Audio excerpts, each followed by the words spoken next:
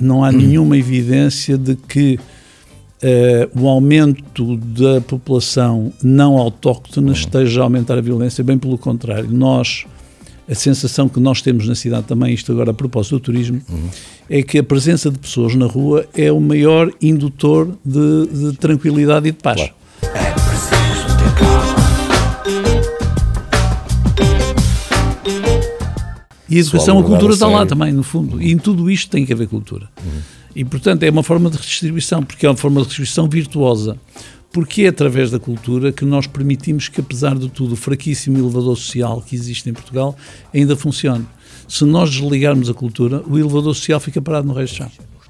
DST Group apresenta um podcast de Pedro Abrunhosa. Bem-vindos a mais um episódio do É Preciso Ter Calma, um podcast com apoio da DST Group. Hoje tenho o privilégio de ter o Presidente da Câmara de Porto, Dr. Rui Moreira, e meu grande amigo. Aliás, eu vou começar por fazer aqui uma manifestação de interesse, que é, somos amigos há muitos anos, portanto, vamos tratar por tudo. Há 35, estava outro dia a fazer as contas. Eventualmente, se calhar até há mais. Se calhar há mais. Recordo-me dos meus investimentos hoteleiros. Que eu também tive. Que tu também tiveste. Éramos colegas. Éramos colegas de ramo. Oh, Rui, uma pergunta que naturalmente os portuenses se fazem é a questão do turismo, que é uma questão profundamente grata à economia nacional, à cidade do Porto e à cidade de Lisboa e a outras. Hoje via uma notícia sobre o hiperturismo na Madeira. Em que medida é que se pode conciliar uma preservação da cidade autêntica e a massificação do turismo? Bom, a turistificação das cidades é um problema que ainda agora estive no Japão e tivemos que falar com outras cidades, como Berlim, como Tóquio, também cidades americanas. Nós não sabemos muito bem como controlar o turismo. Aliás, as pessoas que normalmente se criticam a turistificação das cidades, no dia em que acabam de falar da turistificação da cidade, apanham um voo da Ryanair e vão turistificar uma outra. Isto decorre muito também da democratização do turismo. Se nós pensarmos nos anos 30, ou os anos 20 do século passado, quando o Aldous Huxley escrevia sobre Veneza, já então preocupado, nessa altura o turismo estava ao alcance de pouca gente. Era muito caro viajar. A verdade é que houve uma democratização do turismo a nível mundial. As projeções do crescimento do tráfego aéreo para os próximos anos é qualquer coisa como 4 a 5%. A não ser que haja razões ambientais que obriguem a restringir o transporte aéreo, e uma cidade não pode pôr trancas à porta. Não tem a possibilidade de o fazer, mesmo que o quisesse fazer. Mas existe alguma forma de claro, preservar a autenticidade? Há estratégias que funcionam. Em primeiro lugar, é tentar dispersar os turistas. Ou seja, se nós olharmos, por exemplo, a cidade do Porto, nós sabemos onde é que há um excesso de turistificação. Claramente na Ribeira, e claramente na Avenida dos Aliados e todo aquele corredor pela Rua das Flores. Quando eu lá ando, como qualquer portuense, sentimos que às tantas já não encontramos pessoas que nos cumprimentam. O Presidente da Câmara toda a gente me conhece. É uma realidade. Mas ali já ninguém me cumprimenta, sim. porque as pessoas já não me conhecem, a não ser quando entro num estabelecimento ou num restaurante, e aí as pessoas vão me conhecendo. Uma das técnicas ou das táticas possíveis é a dispersão, criar novos pontos de interesse. É curioso que nós, de alguma maneira, já o conseguimos fazer. Há um aspecto curioso que tem a ver com os levantamentos que são feitos ao falar com os turistas. Durante muitos anos o turista do Porto dizia que a coisa que queria visitar era a Ribeira e as pontes do Eiffel. Apesar de só haver uma ponte do Eiffel, eles acham que há várias. Era isso. Depois, em determinada altura, era a Torre dos Clérigos e dizia Lelo. Curiosamente, agora, quando fizemos o último inquérito, é Casa da Música. Isto demonstra que... Serralves ainda não? Ainda não. Mas é fundamental. Para ali. Mas este é o projeto, ou seja, o projeto tem que ser dispersar, por um lado, dentro da cidade, claro. E também para fora da cidade, em articulação com outros municípios. Nomeadamente a zona costeira, não é? Sim, a zona costeira não só, quer dizer, Ponte Lima, por exemplo, o Douro, as pessoas podem ficar a dormir no Porto e ir ao Douro, ou podem ir a Ponte Lima, ou podem ir a Aveiro, há montes de pontos de interesse. Viana do Castelo, podem ir a Aroca, ou seja, à volta do Porto, naquilo que eu diria hora e meia, que é o razoável para nós fazermos, temos que encontrar formas com esses municípios de levar as pessoas lá. O que implicava que esses municípios compreendessem esta estratégia. O que acontece é que eles muitas vezes tentam promover o seu próprio município sem compreender que Porto e Norte é o que nós temos que promover. Mas cada um deles quer ter a sua estratégia e isso nem sempre é muito fácil. Uma outra forma é, naturalmente, aquilo que tem a ver com o licenciamento na cidade. Nós temos vindo, estamos a insistir. Nós criamos há uns anos atrás, e provavelmente recordas-te que as minhas declarações na altura foram muito atacadas, quando eu disse que, se fosse preciso, nós nacionalizaríamos lojas para que os inquilinos não fossem expulsos. E isso, na altura, foi a propósito do Guarani. Eu cheguei a dizer que, se fosse preciso, que expropriava o prédio para que o Guarani não deixasse ser o Café Guarani. Esses locais de interesse público, histórico e cultural... Esses estão protegidos pela Câmara. Mas alguns, infelizmente, Madureira, por exemplo... Só que o que é que nós não podemos impedir? O caso do Sr. Madureira, que eu conheço bem. O Sr. Madureira tem 80 e tal anos, 82, 83 anos, a vida corre-lhe bem. Portanto, o estabelecimento comercial vive também do turismo. Depois daqueles anos de penumbra do Porto, a seguir à Porto 2001, em que perdeu o comércio tradicional, perdeu imenso impacto, perdeu imensa coisa, perdeu para os centros comerciais periféricos. Os turistas vieram completar essa clientela. Só que há aqui um problema de cobiça, ou seja, aquele prédio é cobiçado e ele com 80 e tal anos diz assim, então porquê é que eu vou manter um negócio em que se calhar chego ao fim do mês e tiro 2 ou 3 mil euros de lucro? E posso vender aquilo com 80 e tal anos e realizo, se calhar, 2 ou 3 milhões de euros. Para isso não há lei que possa impedir. Claro. Portanto, temos aqui também um problema.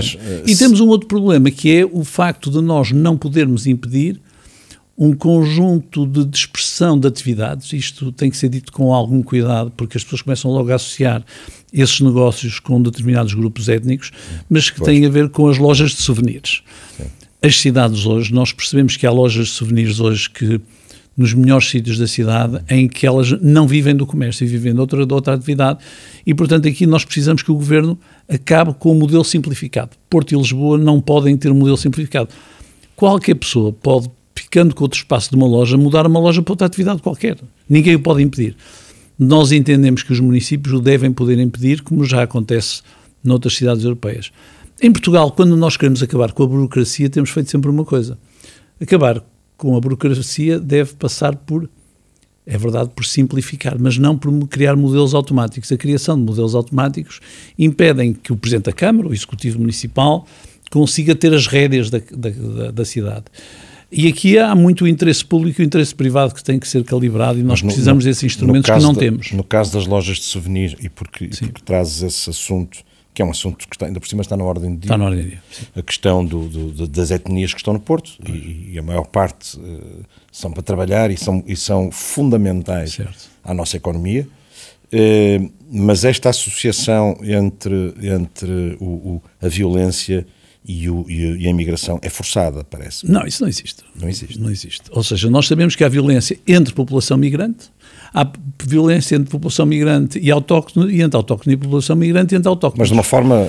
Mas não há nenhuma evidência, de que o aumento da população não autóctone esteja a aumentar a violência, bem pelo contrário. A sensação que nós temos na cidade também, isto agora a propósito do turismo, é que a presença de pessoas na rua é o maior indutor de tranquilidade e de paz. Claro.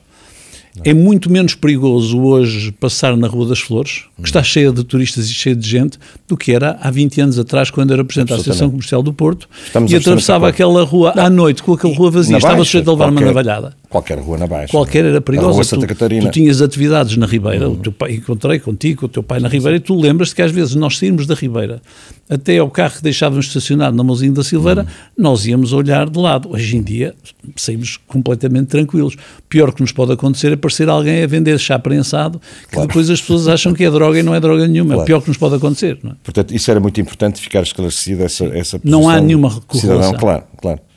Há um problema, no entanto, que é o facto de algumas destas lojas poderem ser escritórios para licenciamento de imigrantes. Isso poderá ser debelado, atacado, fiscalizado a nível central, a nível nacional. Eu sei que o Ministério Público se interessou pelo assunto e o Ministério da Administração Interna falou connosco dizendo que estava a cargo do Ministério da Justiça, perceber se aquelas lojas são branqueadoras de imigração, porque se são, é perigoso que sejam até para os imigrantes, porque a pior coisa que nós podemos ter é tráfico de seres humanos. Se essas lojas são interpostos para legalização, temos aqui um problema. E isso tem que ser visto com muita cuidado, claro. E a propósito disso, o problema da toxicodependência, que sempre foi um problema, enfim, nas cidades, que tem vindo a crescer globalmente. No Porto, crees que houve um crescimento ou a percepção é mais notória agora? Eu acho que quais são os dados? Nós não temos... Os dados são dados que eu não... Tenho muita dificuldade em acreditar nos dados. Há uma coisa que nós sabemos, a pequena criminalidade associada ao consumo de droga aumentou. E ela não transparece naquilo que são as estatísticas. Porquê? Há 15 anos atrás, se assaltavam o teu carro, para que o seguro te indenizasse pelo vidro partido, tu tinhas que apresentar queixa à polícia.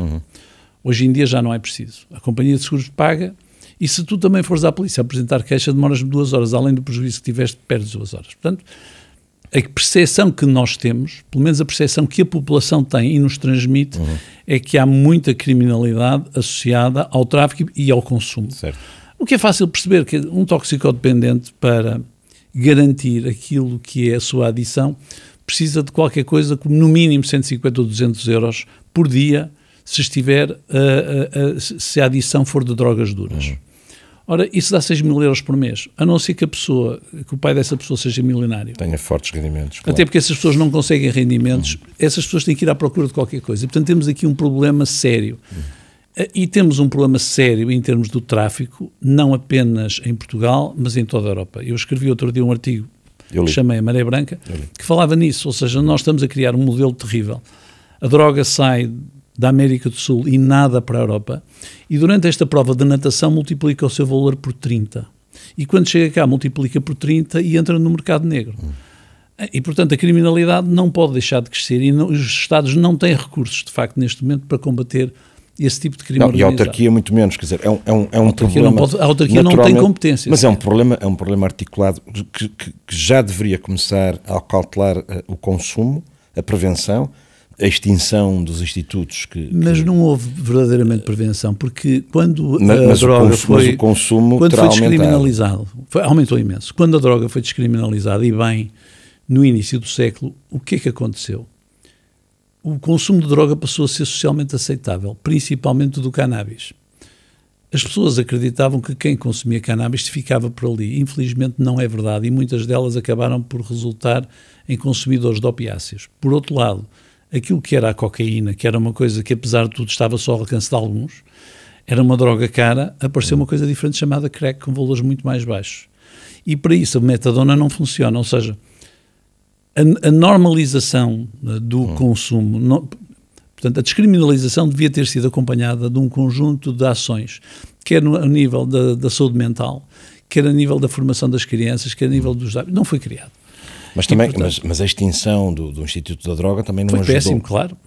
Extinguiu-se um instituto e porque se achava que o problema estava resolvido porque estava muito dinheiro. O problema não estava resolvido. O problema claro que a proximidade ao universo da droga, que todos nós temos, sim, de uma maneira ou de outra, nos é muito caro e é forçoso que todos contribuamos para esta alertar e para diminuir o consumo nos nossos próximos dias. Vou dizer alguma coisa, outro dia já o disse e vou voltar a dizer. Eu acho que nós, se os Estados europeus não têm recursos para reprimir o tráfico internacional, e acho que não têm, nós temos que começar a pensar verdadeiramente na legalização e na distribuição através do Estado. A Noruega tinha um enorme problema com o álcool. Eu já vivi na Noruega. A Noruega tinha um grande problema com o álcool. Eles resolveram o problema através da criação de um monopólio chamado Vinmonopolet, em que as pessoas que querem consumir álcool têm que ir àquelas lojas. Nessas lojas, as pessoas, a partir daí, de alguma maneira, por um lado, pagam um determinado imposto. Ao mesmo tempo, o consumo, as pessoas deixaram de produzir aguardentes caseiras a partir de batata, que era perigosíssimo, porque muitas vezes morriam porque o álcool que consumiam era de fraca qualidade e produzido em casa. E se calhar nós temos que ter uma lei porque essa é verdadeiramente a lei que destrói o tráfico. E ao mesmo tempo conseguiríamos ter o mesmo recurso que temos relativamente ao álcool ou ao tabaco. Não é normal vivermos num país em que eu tenho mais problema em fumar um cigarro num sítio qualquer do que em consumir droga. Não é normal vivermos num país em que à porta de uma escola é proibido fumar, é proibido fazer anúncios a gelados ou vender doces. Também é proibido consumir, seja o que for, não é? Pode-se consumir clandestinamente. Mas a consequência é a mesma, Pedro. A consequência é a mesma. Mas tens noção... Não, eu estou de acordo com a medida de fundo, não é? Só há 3 tipos de mercado. Economia de mercado... Sim. Não há outra alternativa. Economia de Estado ou mercado negro. Portanto, ou reprimimos o tráfico. Nós não podemos reprimir o consumo. Mas tens noção do quanto isso é um assunto global, mundial, tem que ser. Diria, e que é um ataque a poderosíssimos cartéis e extremamente violentos. Não é? Portanto, é uma decisão política que teria que ser... É uma decisão política que não pode ser tomada por um país sozinho. Os países, as cidades que tentaram fazer a mesma coisa que nós fizemos, nós, de alguma maneira, quando descriminalizamos, fomos um caso paradoxal, paradigmático, na Europa. Mas fomos um exemplo, continua a ser seguido. Mas, Pedro, Amsterdã também foi um exemplo, antes de nós, relativamente aos coffee shops. E hoje em dia, em Amsterdã, eles tiveram que tomar medidas de restrição relativamente ao consumo. Porquê? Porque se aquilo funcionava bem para a população, começou a funcionar mal quando se tornou um magneto e uma atração. Claro. Nós temos indicação que há pessoas e há turistas que vêm, pessoas que vêm de Espanha. Sim, turismo do cannabis, não é? Como há o turismo sexual também. Não é? É que se fosse do turismo do cannabis ainda estou como outro, mas o problema é que neste momento vêm comprar coca e vêm comprar... Mas por isso mesmo é que terá que ser articulado. A mesma coisa com o turismo sexual. Claro. Ou seja, as cidades que quiseram ser muito libertárias em termos da sua sexualidade, o Red Light District em Amsterdã hoje praticamente está fechado. Em Hamburgo fecharam um conjunto de atividades dessa natureza. Porquê? Porque perceberam que aquilo que era para libertar a cidadania era uma medida libertária, mas acabou por ser uma medida opressora. Porquê? Porque são invadidas por hordas de pessoas que vêm apenas para gerar aquele consumo com todas as consequências. São 2 fenómenos ligados absolutamente galopantes. Eu gostava de rapidamente mudar de assunto para uma coisa que nos é muito cara. Tu afirmaste várias vezes que aquilo que faz uma cidade é a sua identidade cultural. E de resto, as tuas variações vão ficar marcadas por uma grande atividade cultural que tirou a cidade de um marasmo de onde vinha, enfim, do teu predecessor. Qual é o balanço que fazes daquilo o que é que se atingiu, o que é que o Porto ganhou e o que é que o Porto estava a perder? O meu antecessor geriu a cidade num tempo de ressaca.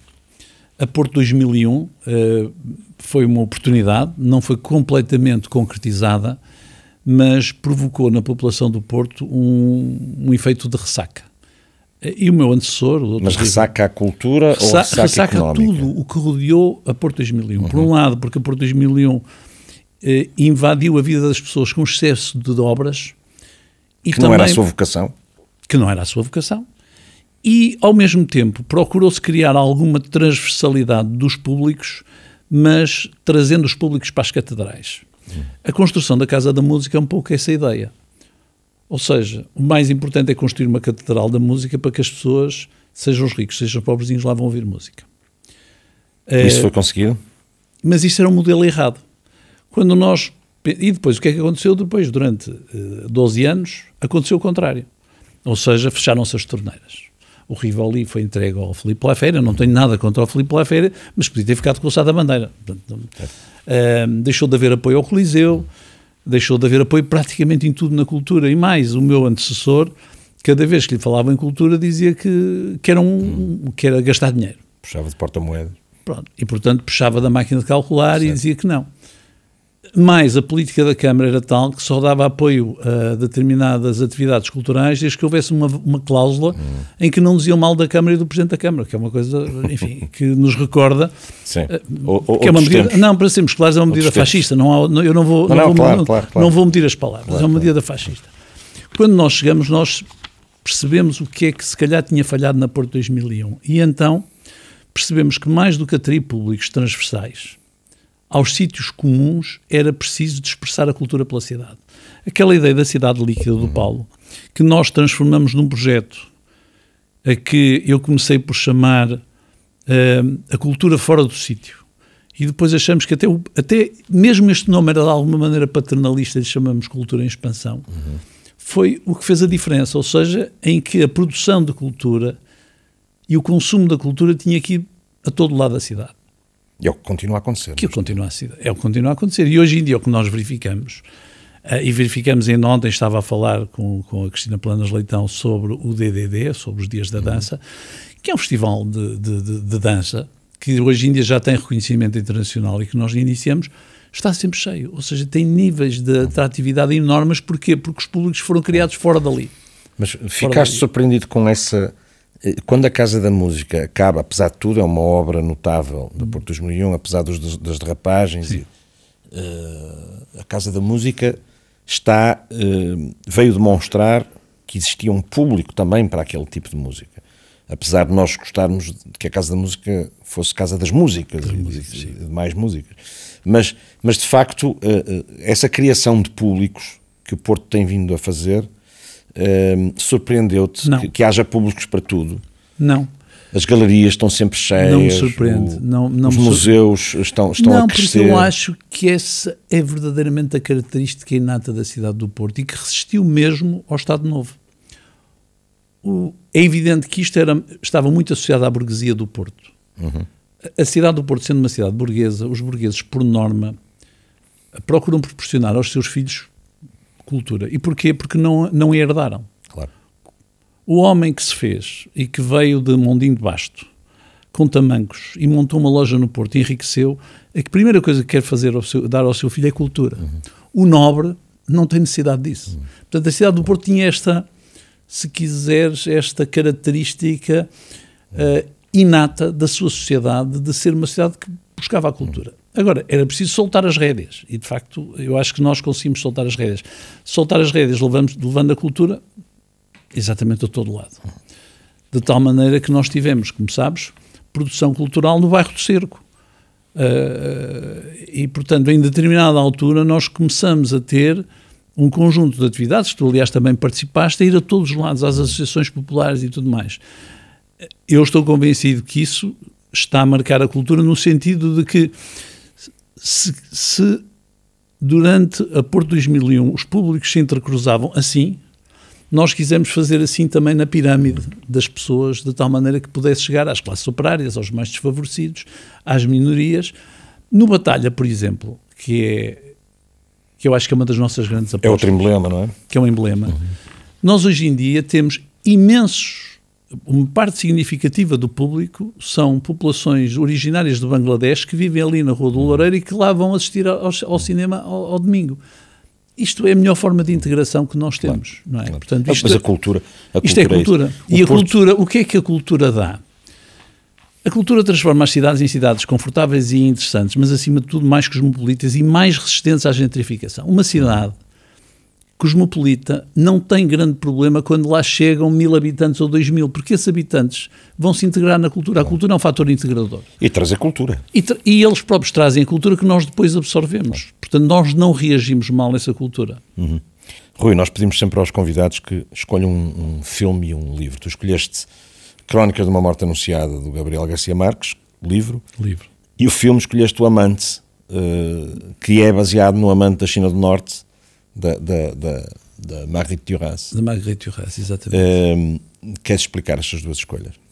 Relativamente ao Garcia Marques, independentemente dele ser um dos meus autores favoritos, eu gosto muito daquele livro porque, para quem não o leu, é um livro que se lê rapidamente, ao contrário da maior parte dos livros do Gabriel Garcia Marques, em que a pessoa tem quase fazer uma anotação dos nomes para perceber quem é, fazer uma árvore genealógica. Sim. Aquele não. Aquilo é uma história que se passa num dia. E é, no fundo, um assassinato de uma pessoa que toda a gente na aldeia sabe que ela vai ser assassinada, menos ele. Ele acaba mesmo por ser assassinado por um delito de amor que ele não cometeu. E a forma como é contada a narrativa obriga-nos a pensar muitas vezes nos julgamentos que nós fazemos e muitas vezes naquilo que acontece, que há pessoas que passam na nossa vida e nós percebemos que eles estão a ser alvos e não somos capazes de denunciar que eles estão a ser alvos e de os pôr a salvo de serem alvos. O caso Mas eu gosto de tantos livros que é muito difícil dizer qual é o melhor. Esta pergunta é muito perniciosa. É muito perniciosa, é muito difícil. Até porque nós, cada dia que acordamos, pensamos em filmes livro, diferentes. não é? O filme, pensei no Amante, a história é uma autobiografia da Marguerite Duras. E é uma adaptação que, notável. aliás, escreve um livro fantástico, ganha o prémio Goncourt nos anos 80 do século passado, e é uma história que ela conta mais de 50 anos depois dela se ter concretizado. A Marguerite Duras conta uma parte da sua vida quando ela vivia na Indochina francesa, na Conchinchina, como se chamava, quando tinha 15 anos. E ela escreve o livro quando tinha 75 anos. E conta um episódio numa paixão que ela teve por um homem que tinha o dobro da sua idade, e é toda a tragédia associada a um homem que, pela sua posição social, não pode assumir a paixão que tem por uma jovem. Isso acaba por a marcar e por haver os encontros e desencontros. E depois tem, a banda sonora é incrível, do Yared, é incrível, com um piano incrível, e a fotografia é maravilhosa. E depois temos por trás, a história é-nos contada por alguém, é a voz da Jeanne Moreau. E portanto acho que é um filme que quem não viu recomendo. Cinematograficamente é um filme muitíssimo bem conseguido. E uma das melhores adaptações. Talvez a melhor adaptação que eu conheço de um livro que eu li para um filme. De acordo. Eu ia-te fazer uma surpresa, não sei se te recordas disto. A de metro.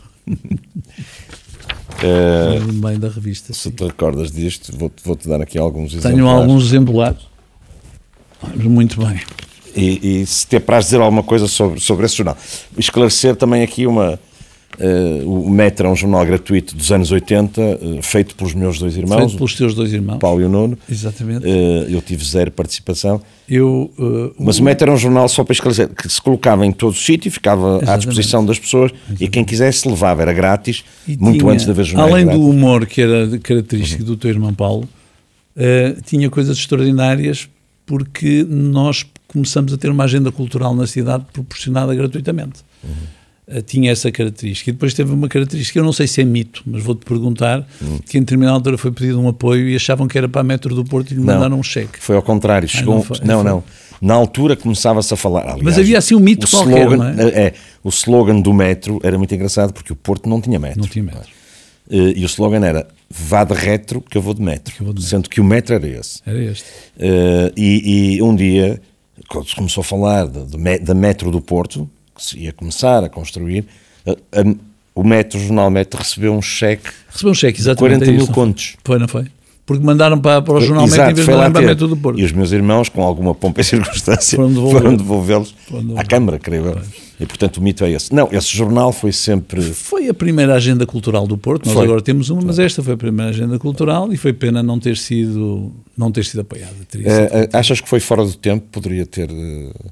Sabes que nós sempre fomos muito autónomos, nunca se pediu apoio também. Eu sei que não se pediu ao tempo, mas nas cidades onde eu vivi havia agendas desta natureza que se desenvolveram e que funcionaram. Aqui não funcionou. Porquê? Porque, em determinada altura, vamos lá ver, tudo que era aquilo que era a nossa sede de cultura, o caldo de cultura do Porto levou com uma tampa em cima e, portanto, as coisas não eram possíveis, era muito difícil. Sem haver investimento público na cultura, a cultura numa cidade como o Porto não tem nenhuma hipótese de sobreviver. Eu falo muitas vezes, e o meu receio do futuro qual é? Eu, quando olho ao sucesso que é o Batalha, ou o sucesso que é o Rivoli, quando nós olhamos para a estrutura que temos e olhamos para a bilhética que temos, a bilhética cobre menos de 10% dos encargos associados àquela estrutura. E tem que ser assim. Não há nenhuma hipótese de não ser assim. Há países, como os Estados Unidos, em que as leis conseguem, através de regras de mecenato, porque há grandes empresas e tudo mais, conseguem contrabalançar isto. O que no Porto se verifica, de alguma maneira, na Casa da Música e em Serralves. Mas também em Casa da Música e Serralves. Se o Estado deixar de financiar, se a Câmara deixar de financiar, essas atividades vão-se apagar. O que é que nós temos que considerar? Que não é um custo, que é um investimento. Claro. É um investimento como é o ar. Claro. Como deves calcular, nós, os agentes da cultura, aqueles que fazem, a partir de uma dada altura,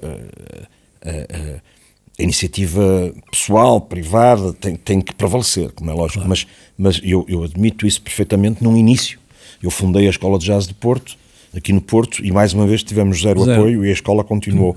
Mas de alguma forma também, se me permites, a conversa é contigo, eu orgulho-me dessas iniciativas. Os próprios Bandemónio foram uma invenção do nada, só a expensas próprias. Mas sim, a cultura e a ciência precisam de ser apoiadas permanentemente. Não podem ser financiadas pelas leis do mercado. Não é possível. E, portanto, tem que haver aqui uma contribuição e é uma forma de redistribuição. Ou seja, uma cidade recolhe impostos e os impostos são redistribuídos numa cidade para quê? Para garantir o pão, a habitação, a saúde, a educação. E a educação, a cultura está lá também, no fundo. E em tudo isto tem que haver cultura. E, portanto, é uma forma de redistribuição, porque é uma forma de redistribuição virtuosa. Porque é através da cultura que nós permitimos que, apesar de tudo, o fraquíssimo elevador social que existe em Portugal ainda funcione. Se nós desligarmos a cultura, o elevador social fica parado no resto do chão. E sublinhamos que cultura também é a tasca. Claro, não. E a cultura é isso. A cultura não tem não há borderline. Não há borderline. Não há uma linha de fronteira na cultura. Não existe. Isso é muito importante que a cidade. A mesma coisa, por exemplo, o caso dos grafites e daquilo que nós podemos chamar hoje a arte urbana. Nós tivemos o cuidado de compreender que precisávamos desses artistas para trabalharem connosco e nós estamos permanentemente a lançar concursos, a dar condições, exatamente, para perceber que isso também é uma expressão cultural. E são eles que também inibem a destruição do património, claro. Porque eles são os melhores defensores desse património. Sentem-se inibidos, exatamente. É a mesma coisa, a discussão que está em curso neste momento sobre os artistas de rua que tocam na rua. Nós temos que ter aqui um enorme cuidado, porque é verdade que eles causam perturbação à população, há pessoas que dizem que aquilo faz barulho, há lojistas que dizem aquilo que lhes causa incómodo, mas isso também é preciso. E, portanto, temos que tentar aqui equilibrar a dose, o equilíbrio de dose, que é muito difícil, porque normalmente qual é o problema? Não se agrada nem a gregos nem a troianos. Eu sinto muitas vezes, se quiseres, a minha maior angústia é o sentimento de que não consigo agradar nem a gregos nem a troianos, porque os gregos provavelmente queriam ter mais cultura, mais do que existe, e os troianos não estão para pagar. E na cidade há estas duas forças sempre. Eu gostava de fazer um meia-culpa. Quando o Stop foi fechado por razões de segurança, eu avancei que estaria projetado um hotel que era falso. E tu confirmas que existe uma alternativa a quem está no Stop para ir para a Escola Pires de Lima, e se ainda está... Há mais do que isso, ou seja, nós estamos a desenvolver a Escola Pires de Lima, o projeto está em curso, nós já conseguimos neste momento tapar tudo aquilo, o isolamento está feito. Portanto, aquilo chovia lá dentro, portanto, toda a parte de coberturas, etc., estão recuperadas. Nós estamos neste momento a trabalhar no projeto de adequação da Escola Pires de Lima a um campus da música, se assim quisermos, mas estamos também a trabalhar no Stop. Portanto, não só não era verdade que fosse lá para lá haver um hotel, como nós classificamos o Stop, está em curso a classificação do Stop. Sim, eu lembro, debatemos isso. E a classificação do Stop é uma classificação material e imaterial em que reconhecemos que aquilo é um campus de música. Ao mesmo tempo, hoje temos uma administração do condomínio, dos proprietários, em que estão músicos. E, portanto, nós vamos conseguir legalizar aquilo, não tenho dúvida nenhuma. É curioso, mas porque não conheço... a Câmara vai intervir ali da forma que eu acho que os músicos vão compreender. Nós vamos ficar com os cinemas, de tal maneira que os cinemas que lá existem, que aliás as salas de cinema estão ótimas. Para serem cinemas, eu conheço bem. Para serem o que quiserem, podem ser auditórios. Salas de espetáculo. Podemos expandir para lá as atividades do Batalha, mas podem ser também para os próprios músicos terem lá um sítio para experimentar e para atuar. Ou seja, mas eu compreendi, aliás, como tive a oportunidade de explicar, não me incomodou nada que me tivessem posto a minha fotografia com bigode de Hitler, porque a pele não me cabe. E, portanto, não me cabe. Aliás, os designers desses outdoors, nós até os quisemos contratar porque achamos fantásticas. Não mandaste para a Efêmera esses? Foi, e mandamos alguns para a Efêmera. Mas essa reação é uma reação normal numa cidade. É a reação normal. Vamos lá ver. Se não é o Porto. Quer dizer, o Porto tu algemaste-te às portas do Coliseu. E, portanto, eu achei normal que as pessoas se algemassem ao Stop. E que, naturalmente, não tendo um culpado aparente, o culpado de tudo é sempre o Presidente da Câmara. o que também é normal. Não foi bem o caso, mas... Que, qual foi o problema? Só se houvesse um licenciamento. O problema foi que aquilo foi aproveitado politicamente. Nós temos hoje em dia forças políticas que são entristas, seja de extrema-direita, seja de extrema-esquerda, que sempre que há um fenómeno desta natureza, como um caso de violência na Baixa, as forças entristas de extrema-direita vão logo dizer que foram os imigrantes. Ali há as forças entristas de extrema-esquerda que vão logo dizer aquilo ao Presidente da Câmara que é construir um hotel. É isto, chama-se entrismo, foi uma tática que o Trotsky desenvolveu e que a extrema-direita aproveitou. E, portanto, eu percebi que ali o que estava a acontecer é que aquelas pessoas estavam convencidas e persuadidas que eu era responsável sobre isso. O está resolvido e a mesma coisa agora, quando foram dizer que eu tinha autorizado uma manifestação de extrema-direita. Eu não autorizei nada. O Presidente da Câmara não pode proibi-la. E, portanto, não autorizei nenhuma. Aliás, foi feita uma delas por um partido que concorre às eleições. Quem podia ter impedido esse partido era o Tribunal Constitucional. A partir desse momento eu não... Mas logo surgiu, o Presidente da Câmara autorizou e, portanto, é um criminoso e tem culpa do que aconteceu aos imigrantes que foram... Isto, nós temos que viver com isso. Isto é, se quiseres, são os ossos do ofício, eu vivo bem com isso.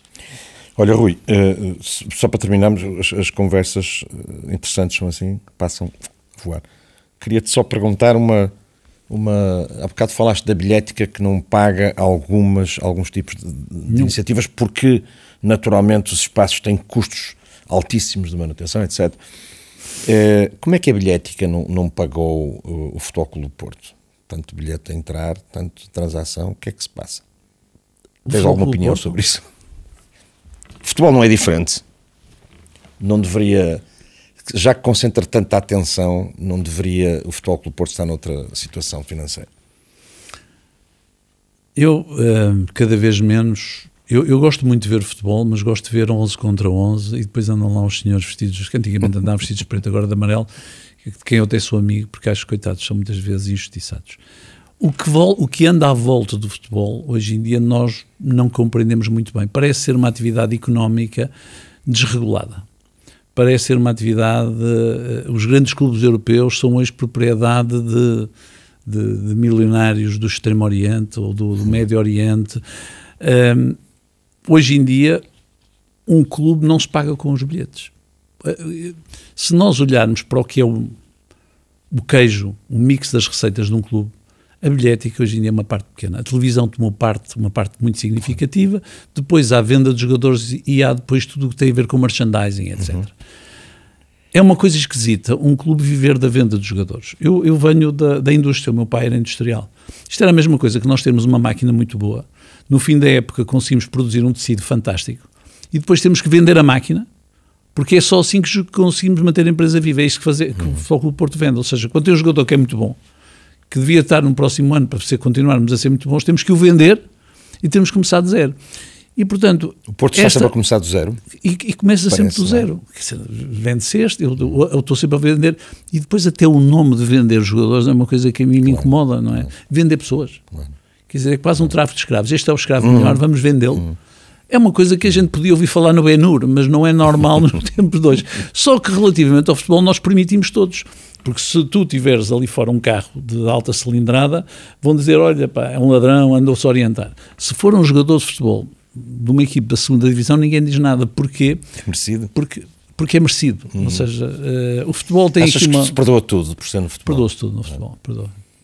Olha, Rui, nunca joguei a fazer esta pergunta, mas planos para o futuro? Olha, para já, continuar, ainda tenho mais de um ano como Presidente de Câmara, dá-me imenso gozo. Das coisas que eu faço como Presidente de Câmara, 10 a 20% das coisas que eu faço durante o dia que dão imenso gozo. Isso é raríssimo numa atividade, principalmente da minha idade. E, portanto, vou querer continuar com o mesmo entusiasmo. Depois, quero voltar a escrever livros. Se calhar vou voltar a abrir uma discoteca, ou a abrir um restaurante, a ouvir música, a viajar mais, a poder fazer as coisas que durante este tempo não fiz, a ir para uma casa que agora tenho no Alentejo, no Monte, e estar mais com os meus netos e com os meus filhos e principalmente com os meus amigos. Eu tenho saudades dos meus amigos. A vida não é isso? Claro, não, eu quero viver e, portanto, estou aqui num espírito de missão. Foi um bocado como aquelas pessoas que antigamente iam para o serviço militar. Pronto, está a chegar ao fim e vou poder tirar a gravata e voltar a vestir-me à civil e comportar-me à civil e também dizer a algumas pessoas coisas que me apetece dizer e que como Presidente da Câmara às vezes não lhes posso dizer quando dizem algumas coisas que me incomodam, principalmente quando as pessoas... Não tem a ver com críticas a mim, não é isso. Eu ouço dizer coisas hoje em dia, num tempo em que tudo parece ser politicamente correto e o que é extremamente incorreto, nomeadamente esta questão relativamente às migrações, relativamente ao género, relativamente à cultura, relativamente à raça. Eu acho que estamos a ficar com uma sociedade extremamente agressiva e às vezes ouço conversas, como tu provavelmente também ouves, que as pessoas nem percebem muito bem o que estão a dizer, e eu gostava de ter a liberdade de os poder confrontar. Como Presidente da Câmara não posso fazer. Claro. Rui, ficamos à espera, e eu fico à espera em particular. E vamos estar mais vezes juntos. De estarmos mais vezes juntos. Muito obrigado por teres aceito este convite. Adorei. Muito obrigado.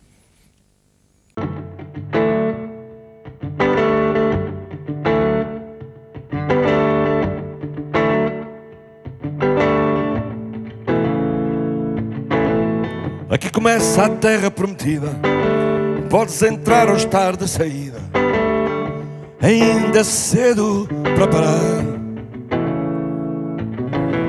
Teremos tempo para dormir um dia, trocar o medo pela fantasia. A vida não pode esperar. Esta noite foge comigo, só no amor somos sem abrigo. Este beijo é de amor antigo, fomos abençoados. Este é o porto de todos os barcos, chegam os loucos, voltam encantados. E é por ti que o Douro canta fados, vem ter comigo aos aliados. Aos aliados.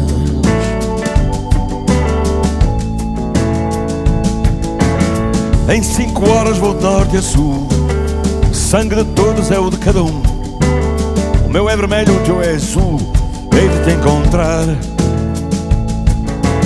Estaremos vivos ao amanhecer, bebe da paz que não tem poder.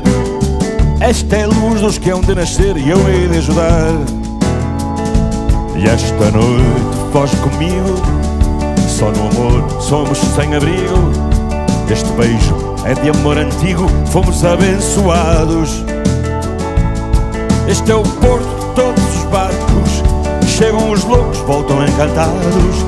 E é por ti que o Douro canta fados, vem ter comigo aos aliados. Aos aliados.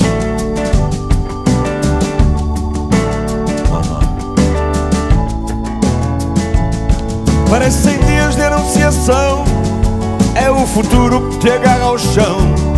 Balões de luz como no São João, olha que o céu nos vê. O teu corpo chama e o meu responde. Talvez te ame no meio da ponte, talvez me entregue com o calor de ontem. Chegou a nossa vez.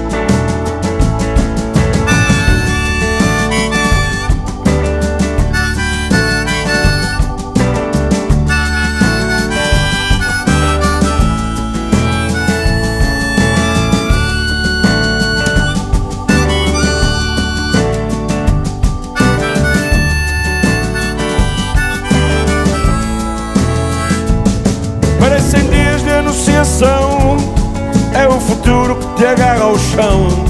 Balões de luz como no São João, olha que o céu nos vê. O teu corpo chama e o meu responde.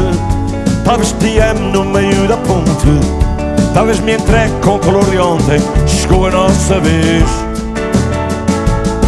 Oh, oh, oh, oh, oh, oh, e a noite está a chegar. Oh, oh, havemos de nos salvar.